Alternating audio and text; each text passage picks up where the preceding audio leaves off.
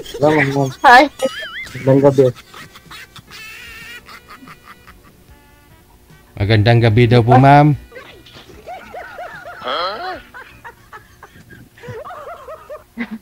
Parang, parang kinakabahan ako ah. Bakit nakabahan? First time kasi. Pareho na naman tayong first time eh. Saan po kayo, ma'am? Ano pangalan mo? Renato. Ha? Renato. Arinato. Ah, okay. Kayo po. Ako po si Grace. Ha? Grace. Ah, Grace. Sige. Oo. Nice to meet you po. Oh. Nice to meet you din. Saan po kayo? Nasa Antique. Antique? Oo. Ah, malapit ang Negros ah. Layo din. Di ba Antipolo kayo? Di, probinsya ko Negros. Negros? Oh. Pareho pala tayo. Traffic lang pala eh. Ha? Dayas din eh. Sure ka? Sure ka? Saan sa Negros? Ha? Saan Nakasan. ka sa Negros? Saan sa Negros? Saglit lang ho. Ayusin po muna natin to para hindi ha yung sagot ninyo sa isa't isa. Isagad niyo po yung volume ng cellphone, ma'am. Para malakas ho. Ano pa siya? Ha? Sagad niyo po muna yung volume ng cellphone, ma'am, para hindi ha yung sagot ninyo sa kay sir, ma'am. Tanong ni sir. Sagad niyo po muna yung volume. Volume up po, ma'am. Oh, naka-volume up na po ito, sir. Volume na Wala po kayong earphone. Earphone. Sandali lang po. Sa'yo din po, sir, isagad niyo po yung volume para marinig po ninyo si ma'am. Hindi po kayo lapit ng lapit sa cellphone. Ah, sige po. Mahina kasi ang ano ko. Earphone, wala po kayong earphone? Wala po. Oo, baka ho kasi Okay lang po. matapos ho kasi oras natin. Puro ha yung maririnig natin. Makaraming ha kayo eh. Yun lang. Saan po kayo sa Negros? Saan ka sa Negros, ma'am?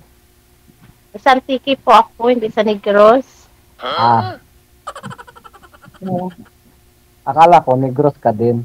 Probinsya mo. Antique po. Okay. Ilang taon na po kayo? 46. 40?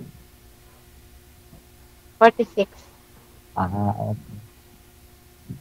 41 na. Pero po, ilan? 41. Taon kayo? 41 po. 41. 41. Ayun, mas matanda ako sa'yo ng 5 taon. Wala naman problema yun. Ano ba? Mayroon kang anak. Meron po. 4. Ayun, anak mo. Ito na sana, oh. Patay ko lang dito. Ang anak mo. Nasa asawa ko. Nasa nanay nila. Ilan ba yung anak mo? 4. 4. Ilang babae? 2. 2 babae, 2 lalaki. Opo. Eh, anong trabaho mo? Welder. Builder sa saan? Lahat. All around. Ah, Welder, pintor, plumber. Lahat na. yun ba? So, walay kayo ng asawa mo. Hiwalay kami ng asawa ko almost 4 years na. Kasal kayo. Oh, kasal pala kayo. Wala, pinalit tayo sa ibang tao eh. Yun nga lang. Kasi may sabit rin yan. Kasi kasal kayo. Ikaw ba? Byuda na ako. Byuda ka. Mga ilang taon na? 1 taon na. So, Pwede na pala ulit. Yeah. Ilan pala anak niyo, ma'am? Apat din. Apat. Apat. Same pala tayo. Pero lahat sila lalaki. Malalaki na. Oo. Siya na yung eldest ko. Sa 15 yung youngest.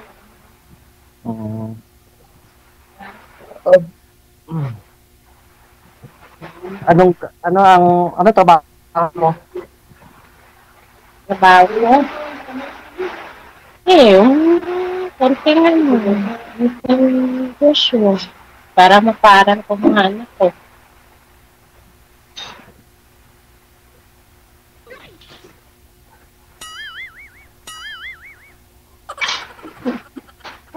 Parang kinabahan ako. At ka na makabahan. Ano ba yung salita nyo dyan, antike? Antikin nyo?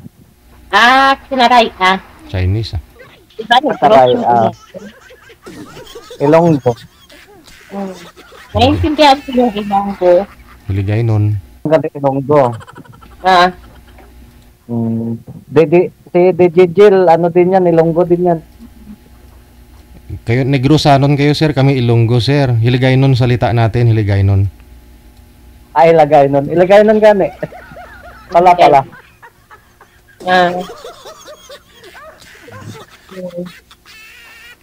So, saan ka ngayon, ma'am? Sa Antique ka ngayon? Oo, nasa Antique ako. Okay.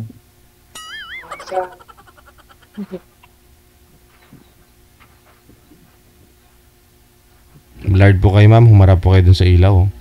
Yung ilaw ko kasi nasa kanan nun ninyo. Nagrereklamo yung mga senior. Ito na. Ito.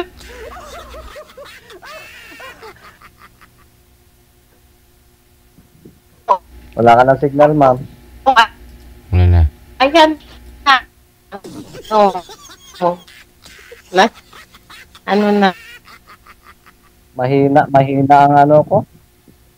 Yung Mahina ang speaker ng cellphone ko. Okay na yan. Naririnig din kita. Ako, hindi kita masyado mo rin. Pero ako, naririnig kita. Wala bang ulan dyan? Umuulan, bago lang. Okay. Bali, kayo, sir, kailan po kayo hiwalay, sir, ng asawa nyo? Mga ilang years na po kayong hiwalay? Almost, DJ, 4 years. Almost 4 years na. Yung bunsong anak mo, ilang taon na po yun sa kanya ngayon? Anak ko? Sabi niyo po, 4 anak ninyo, di ba? Yung bunso, ilang taon na? Yung bunso ko, 6 years. Nag-aaral po silang lahat, 4. 4. Tapos, kasama ho nila yung stepfather nila. Yung bagong asawa ni Mrs. mo. Mismo, opo. So, pinili ng mga anak mong sumama sa nanay nila, no? Hindi sa'yo? Ang kasi, DJ, ang gusto ng mga anak ko, yung malapit lang din sa school. Kaya doon sila sa walang school sa inyo dyan?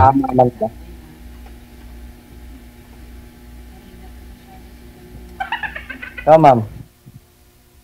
Follow-up question, ma'am. Bakit to kasi hiniwalayan si sir ng nanay ng mga anak niya? Oo nga. Bakit nagkaiwalay? Mahabang kwento.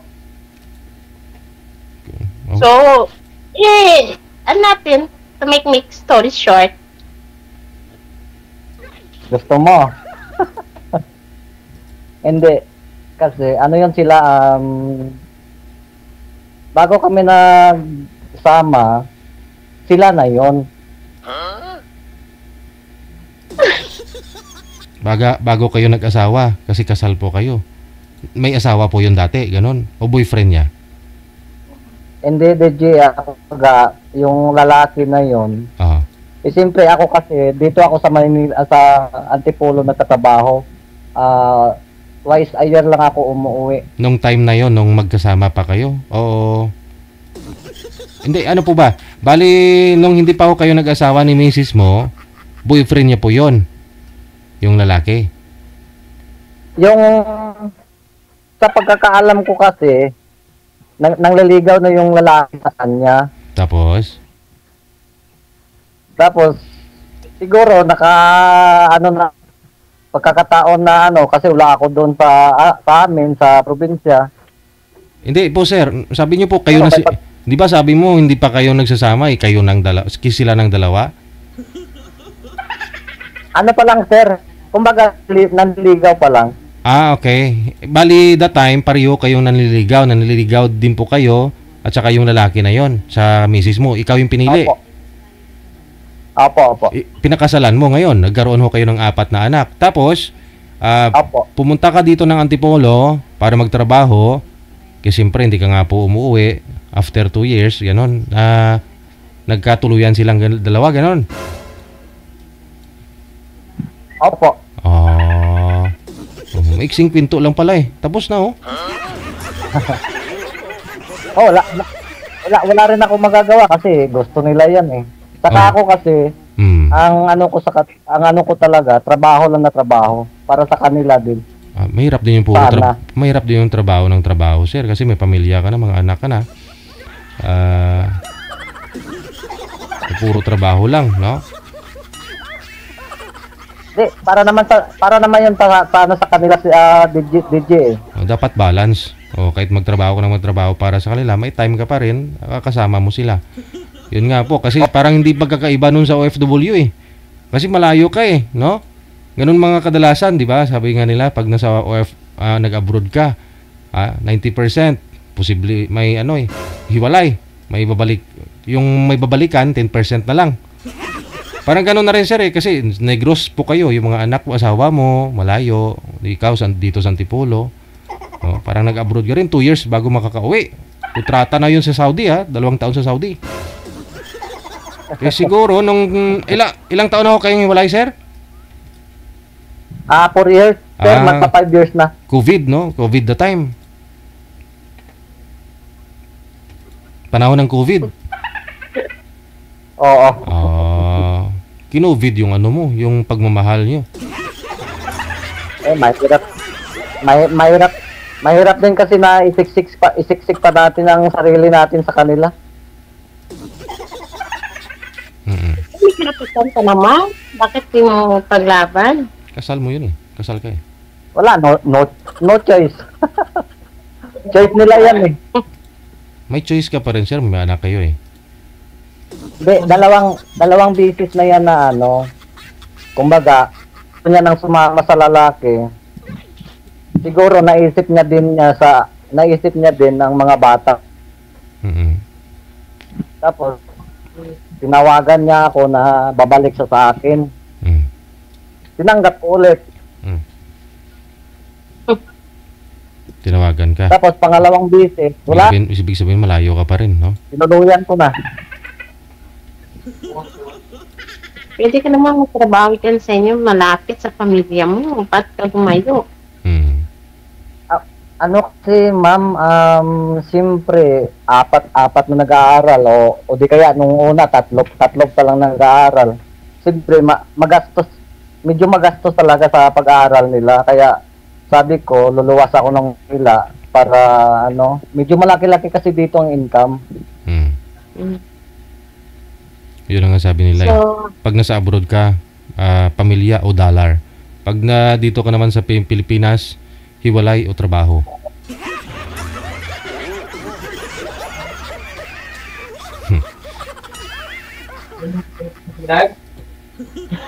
Hindi naghiwalay. Paano yun? Pagdaan pa ba yung mga anak mo? Ma'am? Sabi ko, sinusuportahan mo pa hanggang ngayon mga anak mo? Nagbibigay naman ako sa kanila, pero may naman sila sa tito nila may allowance naman sila kay tito nila na sa Canada. Pero ako nagbibigay naman ako. Kahit paano. Tito. Meron pa tumutulong ba? Mata naman yun. Tulungan kayo ng, ano yun, ito nila. Kapatid niyo, sir? Kapatid niyo, sir? Kapatid ni misis mo? Sinong tito? Kapatid ng misis ko. Tapos si misis niyo po doon, sir, may anak na po doon sa bago niyang kinakasama? Sa narinig ko, buntis daw. Oo. Buntis pala. Very good eh. Ilang taon na ba yung asawa mo? Ilan ba yun? 39?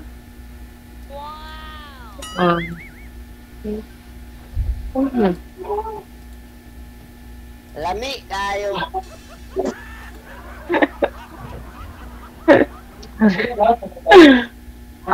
Ngayon, sir, Paano yun? Ano ba? Oo.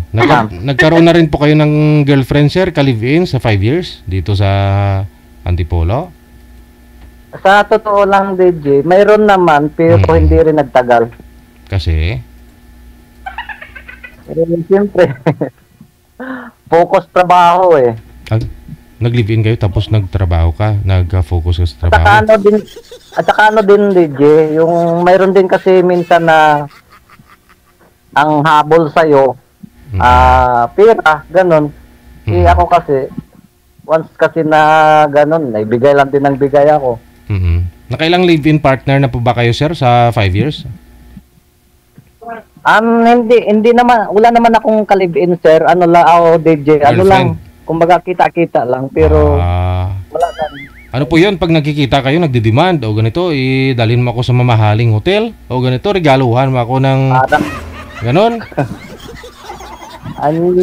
Hindi naman sa ganon, kaya lang nangihingi talaga. Pera. Hindi ako kasi ayok din ng ganon na ano. Yung uunahan ka, kumbaga hindi mo kapaghintay. Ngani.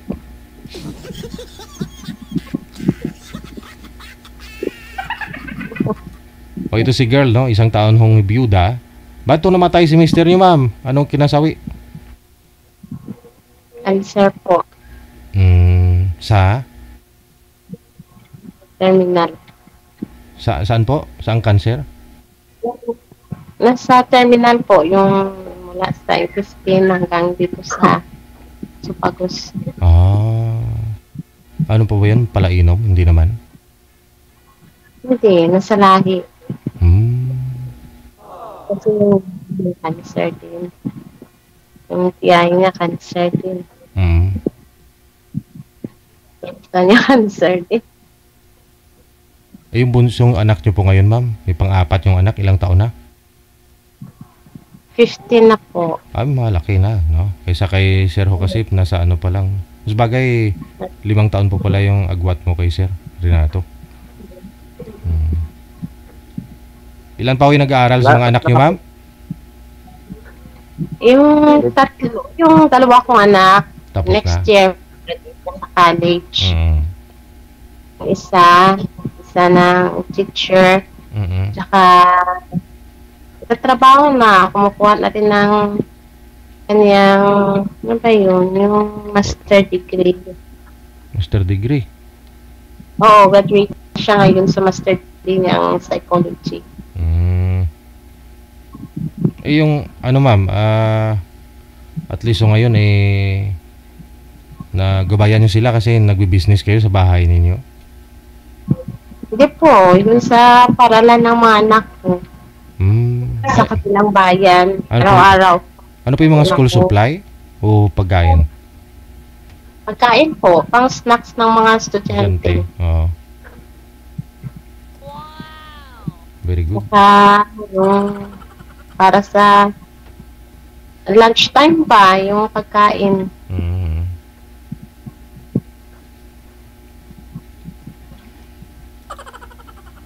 Yun. Wala mo na, sir, ha? Hindi pa ako kayo nagka-boyfriend, ma'am, sa 1 taon? Nabiyuda na po kayo?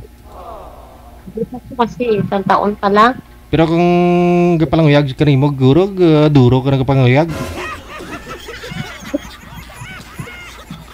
Minsan man, siyempre, mapili man ako kung sino man the right one.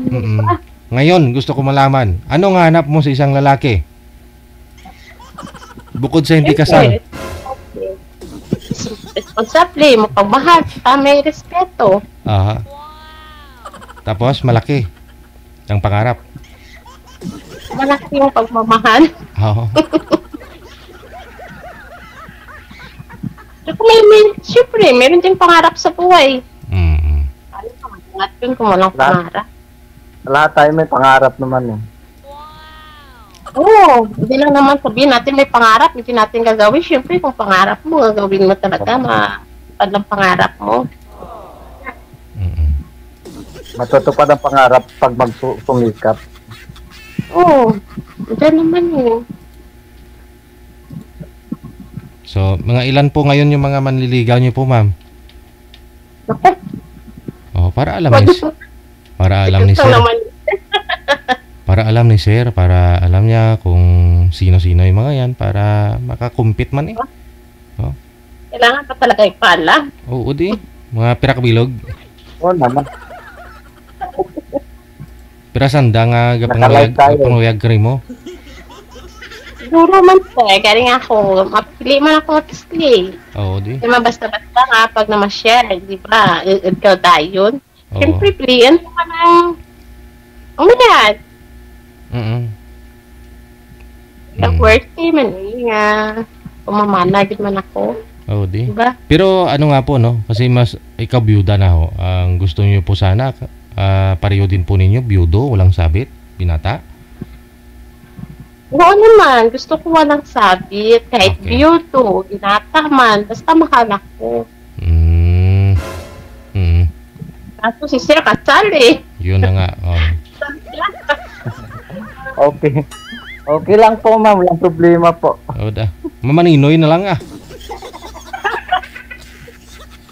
Pero din ka depende. Malay ho ninyo, baka mag-connect kayo sa isa't isa. Eh, magbago pa naman yung pananaw mo, ma'am. Ah.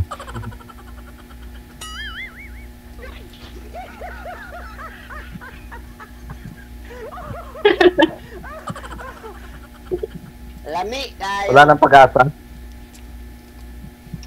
Hindi naman siya na walang pag-asa. Eh, yung hinanap ko lang naman sa isang tao, yung mapagmahal. Hindi naman ako makalimutan araw-araw kahit sabihin na, kumain ka na ba? Kumain na. Ganyan ako. Maturog dun ta. Ganyan ako. Ganyan ka kasi sinabi ko na eh. Yun sana hindi ko Hindi, na. sa totoo lang. Yun, sa totoo lang, hindi ko yan sinabi sa mama niligaw ko eh. Yan, parati tinatanong sa akin, anong po gusto mo sa isang lalaki. Yung sinasabi, secret ko lang yun kasi gusto ko kasi makita yung Correct. paano sila manligaw o malalahanin o isang araw, wala ngang hi, kamusta ka, kumain ka na ba? Ganun ka simple, parang naalala ka lang ba, taray kung mahal ka talaga ng isang tao. Meron pa lang time kahit 5 minutos lang sa isang araw, di ba? Maalala ka, isang 5 minutos sa umaga, 5 minutos sa gabi. Okay na yun, kapag-usap lang. Para makilala mo isang tao. Siyempre, hindi ka nagre-request, ma'am, hindi ka nagdi-demand. Siyempre, dapat sila mismo mapapakita ng kanilang pag-uugali, no? Kung papasa po ba o hindi. Oo, sa dinadami-dami ba naman, kailangan ko pa bang sabihin na, ganito ka, ganyan ka, ganyan ko. Hindi ko yan sinasabi. Kasi siyempre, kung alam nila yung gusto mo, gagawin ho nila yan, panandalian lang po yan. Kasi hindi naman talaga sila ganyan eh. No? Oo, gagawin nila kasi alam na nila ng ganyan gusto ko. Secret lang sana eh.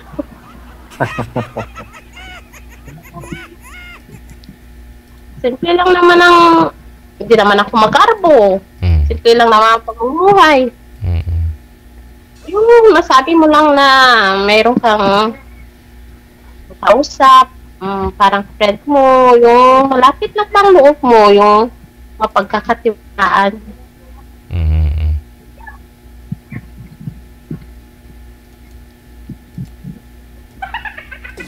Ikaw ho, sir, kailan po ako kayo nagka-girlfriend? Yung last relationship mo? Nung DJ, 2024, September. So, marami para si sir na experience. Ay, isa lang. Lami kayo. Gaano po kayo tagal nun, sir? Gaano po kayo tagal? Mag-shota? Ano, sir, DJ, 7 months lang. Dali, ikaw nasa Antipolo, that time. Siya naman, nasaan po yun? Nasa, Tondo, Manila. So, nagkikita po kayo, bibihira lang. Bihira lang din. Tapos kung magkita sa inyo, umingi talaga siyang pera. Pera talaga hiningi, sir, ha? Hindi material. Ako hindi naman ako madamot sa DJ. Wag lang akong pangunahan. Di, alam mo kasi kung hindi ka madamot, sana binigyan mo na siya. Hindi mo na hinintay na manghingi sa'yo. Kasi pag yung ending na baka sabihin nun, pauwi na tayo, bye-bye. Ay, tika lang, wala akong pera. Bigyan mo muna akong pumasahe. Pero sana, magkasama pa kayo, nabutan mo na. Hindi, sana yun lumabas na masama. Girl, mukhang pera kung binigyan mo na. Sa akin din, wala namang problema yun sa akin. Pera lang yun eh. Pero yung, Kasi baka siguro, siyempre, ikaw lalaki, ikaw yung manglibre. Ikaw dapat yung gagastos, magkikita kayo, pati pamasahe kung pwede, no? Balikan mo wala yun papel lang isang lalaki. O siyempre baka maghiwalay na ho kayong dalawa, wala ka pang inabot, kaya pinunangahan ka na. Ay, babe, wala akong pamasahe dito, pingi akong ganito. Di sana kung binigyan mo sana maaga. Always yan, DJ. Kahit maliit lang. Ay, kahit maliit lang, lagi mo pinagbibigyan.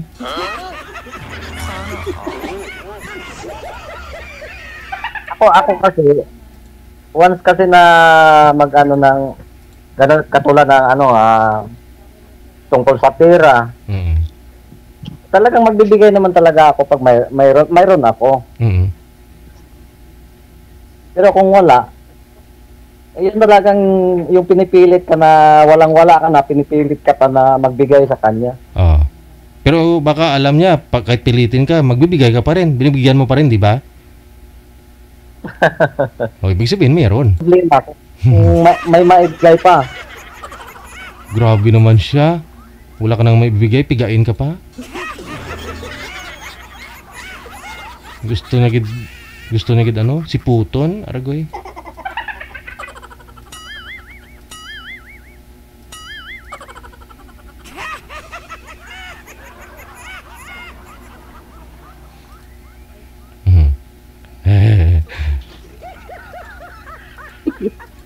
Nakabahan ako kay ma'am. Nakabahan ako sa iyo, ma'am. Baka mabasted ako. Wala. Friendly naman ako eh. Hindi, naintindihan ko naman kayo eh. Ngayon sir, yun po, narinig niyo po yung mga kagustuhan ni ma'am sa isang lalaki. Ikaw naman ho, ano yung gusto mo sa isang babae? Tingnan ho natin kung magkatugma.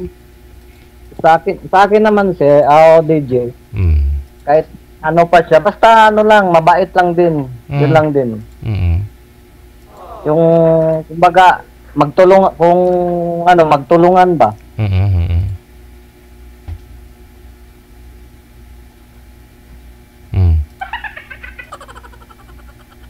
Kung mag-asawa na kayo siguro, pwedeng ganon, no? Pero time na nanliligaw ka pa, sinusuyo mo pa siya, siyempre, alam mo na yun eh. Pag lalaki yung nanliligaw, ikaw yung gagastos. Hindi ko. Uy, wala na. Wala na, sudaan na. Wala na signal si mamo. Si boy na wala din.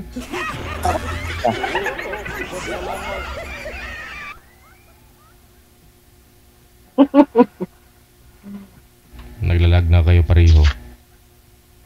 At saka isa pa, wala rin ako magagawa kung ayaw ni ma'am eh. Hindi pa naman siguro makapag-desisyon si ma'am ngayon. Pag tuloy-tuloy na may usapan yung dalawa, after a week ka. Pag-isipan mo. Oo. Ano ma'am? Isipan.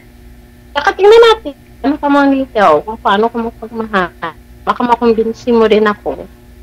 Kasi, meron ka kasing asawa eh. Sa live, Kasarap. sa live talaga?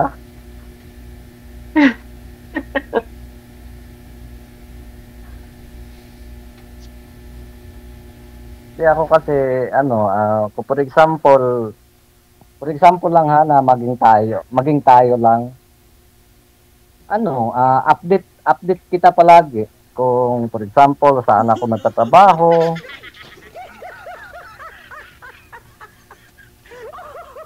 yan lang naman talaga ang doon update palagi. Okay. Wala na. Kasi malayo. No, kinumos na yung signal ni ma'am. Yun na lang ho ha. Connected na po kayo sa isa't isa. Tuloy-tuloy lang ang usapan ninyo sa off-cam. Maraming salamat po. Okay.